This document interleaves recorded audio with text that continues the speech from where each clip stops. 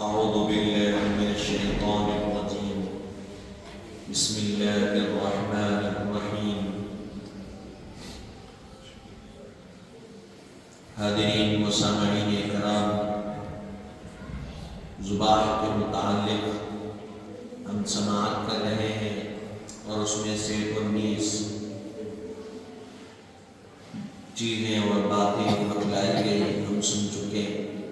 20ویں مقام پر یہ کہا جا رہا ہے کہ اگر کوئی حلال جانور یعنی کسی کنویں یا گڑھے میں گر جائے یا وحشی ہو جائے یا اور کوئی ایسی مجبوری پیش آئے جس میں بطریق مذکور ذبح اختیاری ممکن نہ ہو، تو ایسی حالت میں اضطراری ذبح کا حکم ہے. یعنی تیر یا نیزے وغیرہ سے بسم اللہ اللہ اکبر کہتے اس کو زخمی کر دیا جائے، خواہ زخم بدن کے کسی حصے پر لگے، ذبیحہ حلال ہے، بشرط ہے کہ اس کے باہر نکلنے یا مل جانے کے بعد اس میں اتنی حیات باقی نہ رہے کہ فوراً اس کو ذبح کر سکے، ورنہ ذبح کرنا لازم ہے، حتیٰ کہ اگر کچھ دیر زندہ رہے اور بغیر ذبح کیے مر جائے تو پھر اس کا استعمال درست نہیں. دوسری بات اس میں یہ بتلائی جا رہی ہے کہ جس حلال جانور کو تیز چیز مثلا تیر وغیرہ یا سیدھے ہوئے سدے ہوئے جانور سے شکار کیا جائے، اس کا کھانا بغیر ذبح کیے درست وہ جائز ہے، لیکن بشرط ہے کہ شکار کے لیے تیز چیز نیزہ وغیرہ یا سدھا ہوا جانور بسم اللہ واللہ اکبر کہہ کے چھوڑا جائے. اگر چھوڑنے والا چھوڑتے وقت بسم اللہ واللہ اکبر کہنا خستن تک کر دے یا سدے ہوئے جانور کے ساتھ کوئی اور جانور جو سدا ہوا نہ ہو مل جائے، یا سدا ہوا جانور چھوڑنے کے بعد طویل وقفہ کر کے شکار مارے یا شکار مار کے وہ آپ بھی کھائے یا تیز چیز کا زخم اس کی دھاری کی طرح سے نہ لگے، تو ان تمام صورتوں میں ذبح حلال نہیں، مردار ہو جائے گا. حاضرین محترم، یہاں یہ بتلایا جا رہا ہے اگر کوئی حلال جانور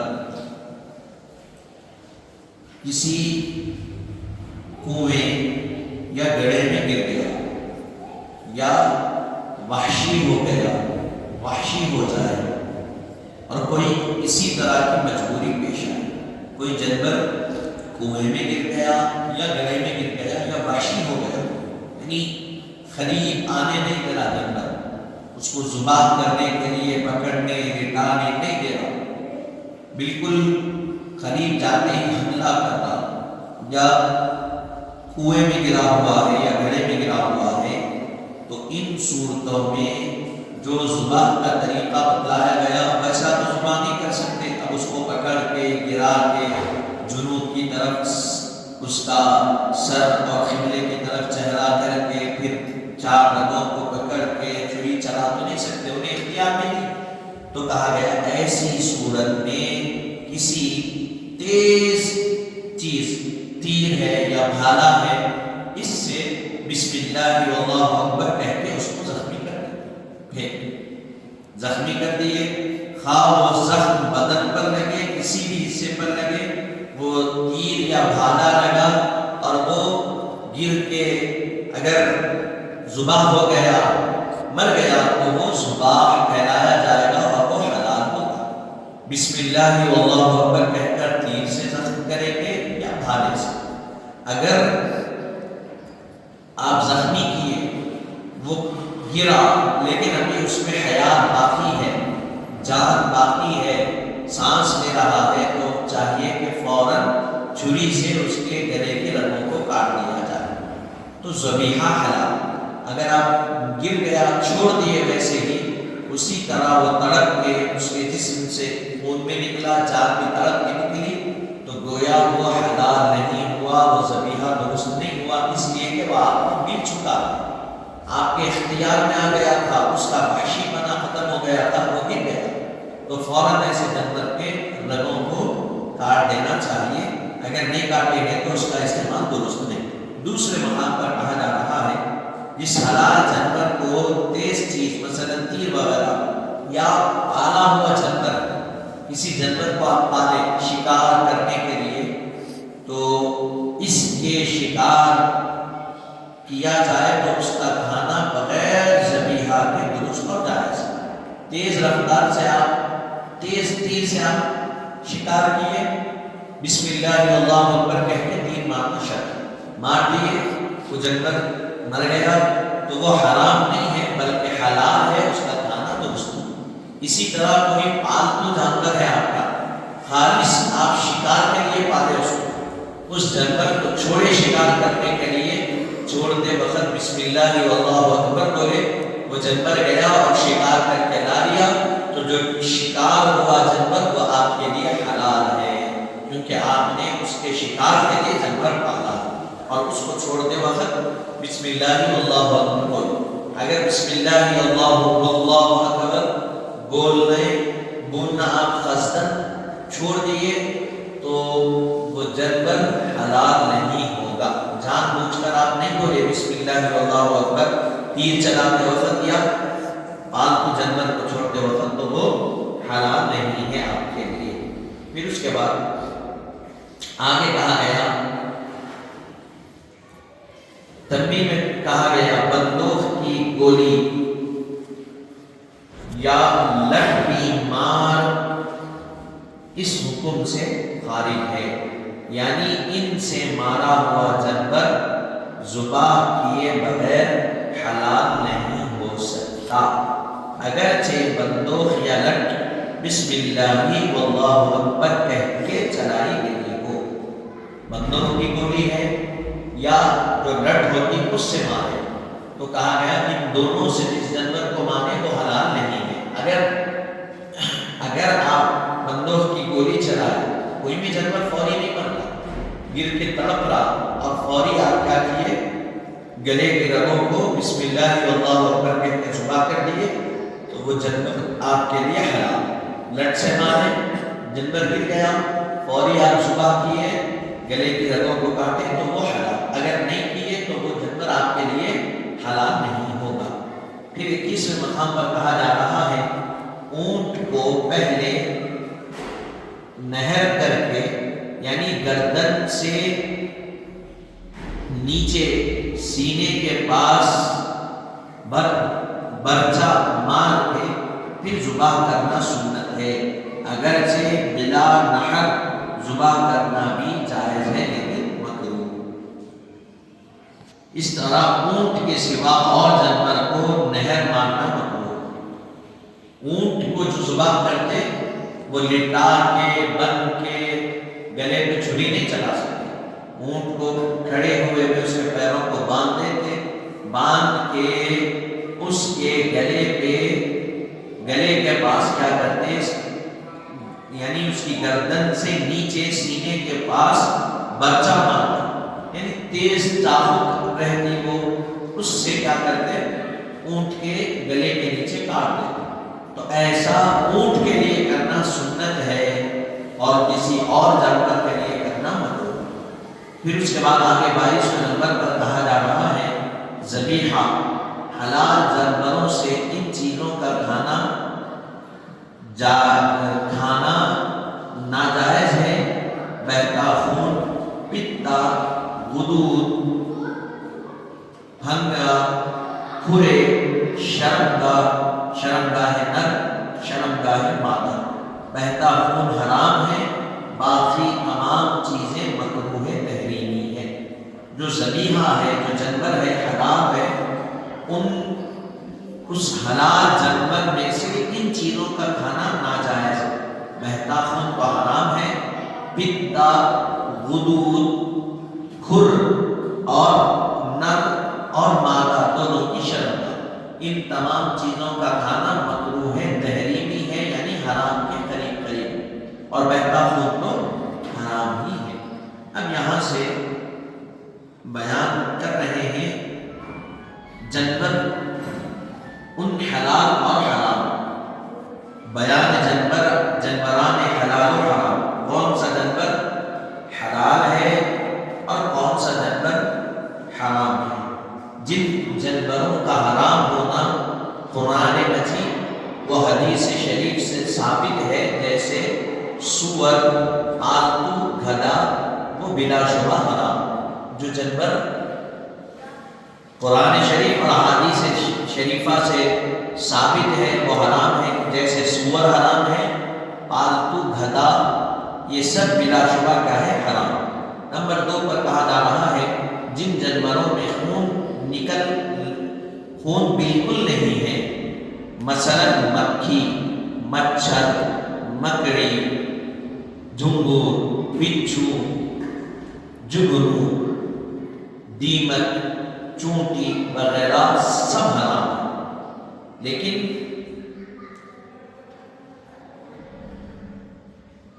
یہ سارے کے سارے جانور کیا ہے، حرام ہے، لیکن ٹنڈی کے بغیر ذبح بھی حلال ہے۔ اب یہ بتلایا جا رہا ہے کون سے جانور حرام ہے۔ ایک تو یہ وہ جانور جس کا قرآن میں ذکر آیا، دوسرے وہ جانور جس میں بالکل خون نہیں ہوتا، یعنی مکھی ہے، مچھر ہے، مکڑی ہے، جھنگور ہے، بچھو ہے، جگنو، دیمک اور چونٹی، یہ سارے کے سارے جانور کیا ہے، حرام۔ اب اس کے آگے کہا جا رہا ہے جن جانوروں میں خون ہو لیکن بہتا خون نہیں، جیسے سانپ، چپکلی، گرگٹ وغیرہ، یہ سب حرام۔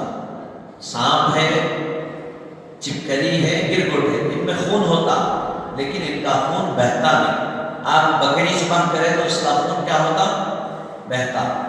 گائے ذبح کریں تو اس کا خون بہتا، اونٹ ذبح کرے اس کا خون بہتا، ہرن کرے اس کا خون بہتا، لیکن ان کا خون بہتا کیا، خون رہتا ہے ان میں لیکن بہتا نہیں بہتا۔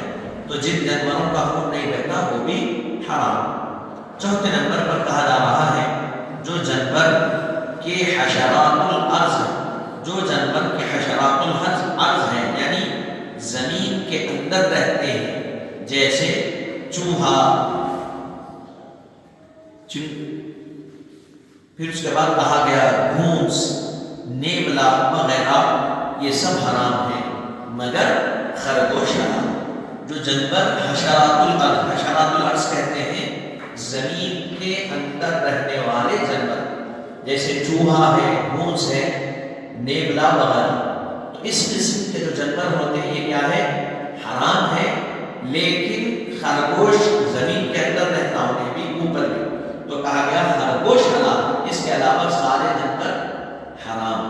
پھر اس کے بعد 5 نمبر پر کہا گیا جو جانور پانی میں پیدا ہوتے ہیں اور وہیں زندگی بسر کرتے ہیں، جیسے مینڈک، کھیکڑا، مگرمچھ، کچھوا وغیرہ سب حرام ہیں، لیکن مچھلی کے مرے ہوئے بھی، مچھلی کے مری ہوئی بھی حلال ہے، البتہ جو مچھلی بغیر کسی صدمے کے خود بخود مر کر پانی پہ الٹ جائے، جس کو طافی کہتے ہیں، وہ حرام ہے۔ بام مچھلی اور سیاہ مچھلی بھی حلال ہے، جبکہ کہا گیا اس میں اختلاف بھی ہے، جو اس کو مچھلی کہتے ہیں ان کے پاس حلال ہے، جو کہتے ہیں کہ مچھلی نہیں ہے اس کے پاس مکروہ۔ اب آگے یہاں 5 مقام پر کہا جا رہا ہے جو جانور پانی میں پیدا ہوتا ہے اور وہیں زندگی بسر کرتا ہے، جیسے مینڈک ہے، کھیکڑا ہے، مگرمچھ ہے اور کچھوا، یہ سارے کے سارے کیا ہے، حرام۔ یہ سارے جانور کیا ہے، حرام ہے، لیکن مچھلی حلال ہے۔ مچھلی بھی جو مچھلی خود بخود مر کے پانی پہ الٹی ہو گئی، پانی پہ پلٹ گئی، جس کا پیٹ اوپر آ گیا اور اس کی پیٹھ نیچے ہو گئی، وہ حرام ہے مچھلی۔ لیکن وہ مچھلی جو شکار کی جائے، جس میں مچھلی بانگ ہے اور سیاہ مچھلی اور جو دیگر مچھلیاں آتی ہیں قسم کے، وہ حلال ہے۔ پھر اس کے بعد جھینگے کے بارے میں کہا گیا، اس میں علماء کا اختلاف ہے۔ بعض علماء اس کو مچھلی سمجھتے ہیں، مچھلی کی نسل سے سمجھتے ہیں۔ جو مچھلی کی نسل سے سمجھتے ان کے پاس جھینگا حرام ہے، حلال ہے، اور جو مچھلی کی نسل سے نہیں سمجھتے ان کے پاس جھینگا مکروہ تحریمی ہے۔ بلکہ جامعہ کا فتویٰ یہ ہے کہ جھینگا مچھلی کی نسل سے نہیں ہے تو وہ حرام ہے۔ جھینگا کیا ہے؟ مچھلی کی کیڑا ہے، وہ پانی کا، پانی میں پیدا ہوتا، پانی میں رہتا، جیسے مینڈک رہتا، جیسے کھیپڑا رہتا، مگرمچھ رہتا، بچھو رہتا، اسی طرح وہ بھی رہتا پانی میں، کچھوا رہتا۔ تو جھینگا بھی پانی میں پیدا ہوتا، پانی میں رہتا، پانی کا کیڑا ہے، مچھی کی نسل سے نہیں ہے، وہ حرام۔ اگر کوئی مچھی کی نسل سے ہے، پانی میں پیدا ہوتا، پانی میں رہتا، تو وہ حرام۔ پھر آگے کہا جا رہا ہے جن جانوروں میں بہتا خون ہے، جو گھاس پتے وغیرہ کھاتے ہیں، دانتوں سے زخم یا شکار نہیں کرتے، جیسے اونٹ ہے، بکری ہے، بھیڑ ہے، گائے ہے، بیل ہے، بھینس ہے وغیرہ، پالتو ہو خواہ جنگلی، ہرن، بارہ سنگا وغیرہ سب حلال ہے، لیکن گھوڑا مت۔ جو جانور میں بہتا خون ہے اور جو گھاس اور پتے کھاتے اور اپنے دانتوں سے کسی کو زخمی نہیں کرتے، یہ سارے جانور حلال۔ مثلا اونٹ ہے، بکری ہے، بھیڑ ہے، گائے ہے، بیل ہے، بھینس ہے، خواہ یہ جانور پالتو ہو کہ جنگلی ہو، ہرن ہے، بارہ سنگا، یہ سب کے سب حلال ہے، ان کا استعمال کیا جا سکتا ہے۔ لیکن اس میں گھوڑا بھی آتا، گھوڑا بھی گھاس کھاتا، گوشت نہیں کھاتا، تو گھوڑے کو کہا گیا یہ مکروہ ہے، اس کے استعمال کے متعلق کہا گیا یہ اس کا استعمال ناپسند ہے۔ پھر اس کے بعد 7ویں مقام پر کہا گیا جو پرندے صرف دانا چگتے ہیں اور پنجے سے زخم اور شکار نہیں کرتے، چڑیا، کبوتر۔ پھر اس کے بعد کہا گیا فاختہ، مرغ، بطخ، چرگ، کوا، لولو، بگلا، مینا، طوطی وغیرہ سب حلال۔ یہ جو جانور ہے جو دانا چنتے ہیں اور اپنے پنجے سے شکار نہیں کرتے، وہ ہوا میں اڑنے والے پرندے حلال۔ مثلا چڑیا ہے، کبوتر ہے، فاختہ ہے، مرغ ہے، بطخ ہے، کوے میں بھی ایک آتا ہے چڑ کوا جو آسانی سے نہیں ملتا وہ۔ پھر اس کے بعد لولو ہے، بگلا ہے، مینا ہے اور طوطی ہے، یہ سب اس کے علاوہ بھی اور بھی جانور ہیں، یہ سب حلال۔ 8ویں مقام پر جو درندے کے دانتوں سے زخم اور شکار کرتے ہیں، جیسے شیر، بھیڑیا، لومڑی، تیندوا، چیتا، بلی، کتا، بندر، لومڑی، اس طرح کے جو جانور ہے وہ سب حرام۔ وہ جانور جو اپنے دانتوں سے شکار کرتے ہیں اور جو درندے خون پیتے ہیں، گوشت کھاتے ہیں، یہ سارے جانور کیا ہے؟ حرام ہے، ان کا استعمال نہیں کیا جا سکتا۔ نمبر 9، جو پرندے کے پنجے سے زخم اور شکار کرتے ہیں، جیسے باز، بادشاہ، بحری، ترتلی، چیل، شکرا، اس طرح کے جو دیگر پرندے ہیں یہ سب حرام۔ جو پنجوں سے شکار حملہ کرتے ہیں، زخم دیتے ہیں اور شکار کرتے ہیں، یہ سب حرام۔ پھر 10 نمبر پر جو پرندے کہ صرف مردار کھاتے ہیں، جیسے ہما، گدھ وغیرہ، یہ بھی حرام۔ گدھ ہے، ہما ہے، یہ پرندے حرام یا مردار جانور کھاتے ہیں، یعنی شیر شکار کر کے چھوڑ دیا، جتنا اس کو ضرورت تھی کھا لیا، چھوڑ دیا۔ لومڑے شکار کی جتنا ضرورت تھی کھا لی، چھوڑ دی۔ اب اس کے بعد جو جانور کا گوشت بچتا سڑتا ہے اس کو گدھ کھاتے ہیں، ہما کھاتے ہیں، تو یہ حرام۔ مردار کھا رہے ہیں تو حرام۔ پھر 11ویں مقام پر کہا گیا جن جانور کے ماں باپ میں ایک حلال ہو ایک حرام ہو اس میں ماں کا اعتبار ہے، اگر ماں حلال ہے تو بچہ بھی حلال، ماں حرام ہو تو بچہ بھی حرام۔ 2 جانور جس میں ایک حلال جانور ہے ایک حرام جانور ہے، تو اس میں ماں کا اعتبار کیا جائے گا۔ اگر ماں حلال ہے تو بچہ بھی حلال ہوگا، ماں حرام ہے تو بچہ بھی حرام ہوگا۔ مثلا خچر حرام ہے جبکہ اس کی ماں گدھی ہو، اور اگر ماں گائے تو پھر حلال، اگر ماں گھوڑی ہو تو مکروہ۔ گدھی اور گائے حلال، خچر حرام، گھوڑی مکروہ۔ مثال کے طور پہ یہ جو ہوتا ہے خچر، گھوڑے اور گدھی سے جو پیدا ہوتا وہ خچر، گھوڑے اور گدھی یہ الگ الگ طرح سے، یا پھر گھوڑے اور گائے، یا پھر اس طرح کے جو معاملات ہوتے ہیں۔ اگر گائے کا بچہ ہے تو حلال، اسی طرح گدھی کا ہے تو حلال، اس کے علاوہ گھوڑی کا ہے تو مکروہ ہے، اور اگر خچر کا ہے تو خچر حرام ہے تو اس کا بیٹا بھی حرام ہوگا۔ پھر 12ویں اور آخری نمبر پر کہا گیا دودھ حلال جانوروں کا حلال ہے اور حرام جانوروں کا حرام ہے۔ اسی طرح حرام پرندوں کے انڈے، حلال پرندوں کے انڈے حلال اور حرام پرندوں کے انڈے حرام۔ جو جانور حرام ہے اس کا دودھ بھی حرام، جو جانور حلال ہے اس کا دودھ بھی حلال۔ جو پرندے حلال ہیں اس کے انڈے بھی حلال، اور جو پرندے حرام ہیں اس